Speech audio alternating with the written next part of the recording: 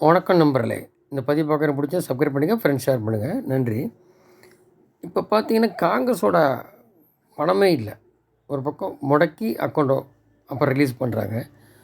ஒரு பக்கம் இந்த பாண்டு வாங்கினது சம்மந்தமா சில இது போயிட்டுருக்கு. அது சுப்ரீம் கோர்ட் ரெகுலரைஸ் பண்ணணும். மக்களுக்கு யார்ட்டருந்து வாங்குறதுன்னு தெரியணும். அப்படிங்கிற மாரி சொல்கிறாங்க. இதில அதிகம் வாங்கினது மம்தாவும், ஸ்டாலின் திமுகவும் தான் 90%க்கு மேல 90%க்கு மேல வருது. ஸோ அதை ரெகுலைஸ் பண்ண சொல்லியிருக்காங்க. மார்ச் 11க்கு மேலே அது என்ன சொல்கிறாங்கன்னு பார்ப்போம். சுப்ரீம் கோர்ட் தலையிட்டிருக்காங்க 4 பேர் கொண்ட அமர்வில். அந்த பாண்டு தேர்தல் கட்சி நிதி அந்த பாண்டெல்லாம் வாங்கி கொடுத்து பண்ணுறதுல ஒரு ஸ்ட்ரீம்லைன் பண்ணுறதுக்கு அவங்க சொல்கிறாங்க. என்ன என்னன்னு தெரியணும். ஏன்னா அது வேறு ஏதாவது எங்கேருந்தாவது பணம் இப்படி பிளாக் மணி மாதிரி இல்லை வேறு எங்கேயாவது தீவிரவாதி எந்த பணம்னு இப்படி உள்ளே சுற்றி வரலாம்ல, அதுக்காக தான் எங்கே தெரியணுன்ற ஒரு வெளிப்படைத்தன்மைக்காக சொல்லியிருக்காங்க ஒன்று. அப்புறம் இந்த ஊழல் பண்ண கெஜ்ரிவால் இப்போ நம்பிக்கையில்லா தீர்மானத்துக்கு ஏற்கனவே குறிப்பிட்டிருந்தோம். அவர் என்றைக்கு இந்த 2 நாள் என்ன கைது பண்ண போகிறாங்கன்ற ஒன்று. அப்புறம் ஃபரூக் அப்துல்லா அந்த அந்த தேசிய மாநாடு கட்சி வெளியில் வந்துட்டாங்க. தேசிய கூட்டணி இந்த இந்தி கூட்டணி கலகலத்து போயாச்சு, முடிஞ்சு போச்சு, அவ்வளோதான். இனி மீட்டிங் கிடையாது, ஒன்றும் கிடையாது. இங்கே மட்டும் இன்டாக்டுமா இருக்குது. அதே இப்படி இருக்குமான்னு தெரில. சீட்டு கம்மியாக கொடுக்குறேன்னா காங்கிரஸ் கல்ல போகுதா இல்லை திரும்ப வரலான்றது தெரிஞ்சு போகும். அதனால வெயிட் பண்ணிகிட்டு இருக்காங்க. மறு இவர் பாத யாத்திரை போனது அந்த திட்டங்கள் கொடுத்ததுனால இவருக்கு அது ஸ்டெப்பான நிற்கிறார். நம்மளை இருக்கிற கூட்டணி வச்சு பார்த்துடலாம் அதான் சொல்லிட்டாருக்கு. முன்னாடி வீடியோ பார்த்து 26லே நம்ம ஸ்ட்ராட்டஜி படி இல்லாமல் ஒரு 40-50 சீட் வச்சுக்கலாம், இல்லாமல் யாரும் ஆட்சி அமைக்க முடியாது. இது ஆம் ஆத்மி பாலிசி. ஆம் ஆத்மி இப்போ ஊழல் அதை விட்டுருங்க. ஃபஸ்ட்டு ட்ரிப் வரும்போது செகண்டு இப்போ தேர்டு 2 மெஜாரிட்டியில் உட்காந்துருக்காங்க. இப்போ தேர்டு டைம். ஃபஸ்ட்டு டைம் தொங்கு சட்டசபை தான் டெல்லியில். இப்போ அது மட்டும் இல்லை, இந்த மாதிரி அவங்களுக்கு ஒரு இதெல்லாம் ஊழல் கட்சியெல்லாம் ஒழிக்கணுன்றதில் தான் இருக்காங்க. ரைட். இப்போ அந்த வரிசையில் பார்த்தீங்கன்னா மம்தா அவங்க தோற்று கட்சி வந்துருமே இந்த 2019 கட்சி வந்துருமே அவங்க ரொம்ப பிஜேபிக்காரங்க துன்புறுத்தி பாலியல் நிறையா பிரச்சனையாச்சு.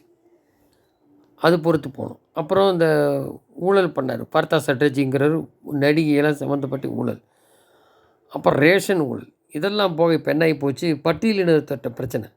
சந்தேஷ்காலின் இடத்துல தொடர்ந்து போராட்டம் பெண்களுக்கு.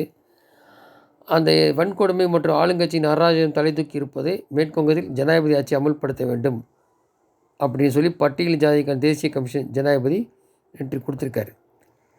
அது என்ன பிரச்சனைனா, இந்த திரிணாமுல் காங்கிரஸ் கட்சி ஆட்சியில் சந்தேஷ்காலின் கிராமத்தில் திரிணாமுல் காங்கிரஸ் பிரமுகர் ஷாஜகான் ஷேக் அவங்கிறவர் அவங்கள பட்டியலினத்தை நிலத்தை கைப்பற்றுறது.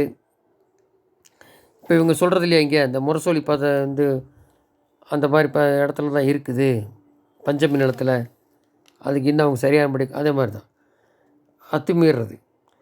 கைது செய்ய வலியுறுத்தி சந்தேஷ்காலை சேர்ந்த பெண்கள் கடந்த சில தினங்களாக போராட்டம் பண்ணுறாங்க. சந்தேஷ்காலி நேரடியாக வருகை தந்த மேற்கு வங்க கவர்னர் ஆனந்த் போஸ் போராடும் பெண்களை சந்தித்து பேசினார். சட்டத்தை பாதுகாக்க வேண்டிய ஆளுங்கட்சியினர் சந்தேஷ்காலில் ரவுடியில் கை கோர்த்து அராஜகம். திமுக மாதிரி தான் அந்த மாதிரி பண்ணிகிட்ருக்காங்க.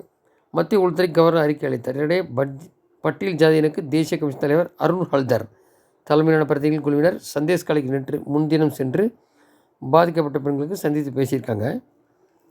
ஸோ இந்த மாதிரி எல்லாம் போராடி இருக்கும்போது மேற்கும் கவர்னரே நேற்று தடுத்து நிறுத்தியிருக்காங்க போராட்டம். இது பின்னணி பார்த்தீங்கன்னா, சந்தேஷ்காலி செல்வாவுக்கு ஆளுங்கட்சி பிரமுகரான ஷாஜகான் ஷேக் என்பவர் வீட்டில் ரேஷன் ஊழல் தொடர்பான சோதனை நடத்த அமலாக்கத்துறையினர் கடந்த மாதம் 8ஆம் தேதி வந்தாங்க.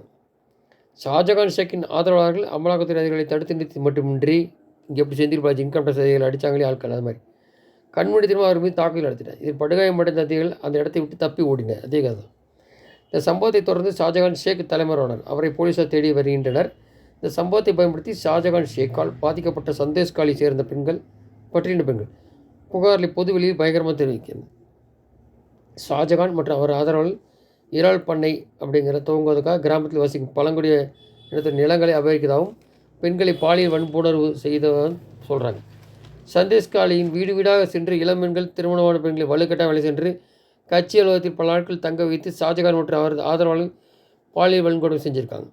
ஷாஜகானும் சேர்ந்து திரிணாமுல் காங்கிரஸ் பிரமுகர்கள் உத்தமர் சர்தார் மற்றும் இந்த மாதிரி எல்லாம் கொடுமைப்படுத்தியிருக்காங்க. ஷாஜகான் தலைவராக இருப்பதால் பல ஆண்டுகள் அனுபவித்து வரும் கொடுமையில் முடிவு கட்ட இப்போது வாயை திறக்க தைரியம் வந்ததாகவும் அவர்கள் தெரிவித்தனர். ஷாஜகான் சாட் மற்றும் ஷியாபிர் ரசாத் அசராய் உடனடியாக கைது செய்ய வலியுறுத்தி 8 நாட்களாக சந்தேகங்கள் பெண்கள் சாலையில் இறங்கி போராடினர். அப்போ இந்த மாதிரி பிரச்சனை இருக்கும்போது இது இனி பார்த்து சும்மா இருக்க மாட்டாங்க. ஏற்கனவே ஆட்சிக்கு வரும்போதே ப்ராப்ளம் பண்ணியிருக்காங்க பிஜேபியில். இப்போ பட்டியலின பெண்கள்கிட்ட பண்ணுறாங்க. இதை வந்து அந்த பட்டியலின தலைவர் குறிப்பிட்ட தலைவர் ஜனாதிபதி திரௌபதி முர்முக்கு கொடுத்துட்டார் ரிப்போர்ட். நீ முடிவு ஜனாதிபதி அவங்க எடுக்க வேண்டியதுதான். அவங்க என்ன செய்கிறாங்க, இந்த ஆட்சி இப்போ கலைக்கப்படுமா? 8 நாளாக தொடர்ந்து போராட்டம் நடந்துகிட்ருக்கு. பட்டியலின பெண்கள் சம்மந்தப்பட்டது கண்டிப்பாக அதை எடுப்பாங்க, நம்புவோம். பொறுத்தும் பார்ப்போம் திருமண ஆட்சி எது நிலைமை போகுதுன்னு. அப்புறம் இதாகி போச்சு. அடுத்தது அந்த விட இங்கே சொல்லிட்டாரு, நான் தண்டனை கொடுத்தேன், அவன் மிரட்டல் இதுக்கெல்லாம் ஊற்றலுக்கு நம்ம ஆள் இல்லைன்ட்டார். கோவலத்துக்கு எப்படி போகுது, அடுத்து தமிழை நோக்கி என்ன வருது, பொறுத்து பார்ப்போம். நன்றி ஜெயந்தி.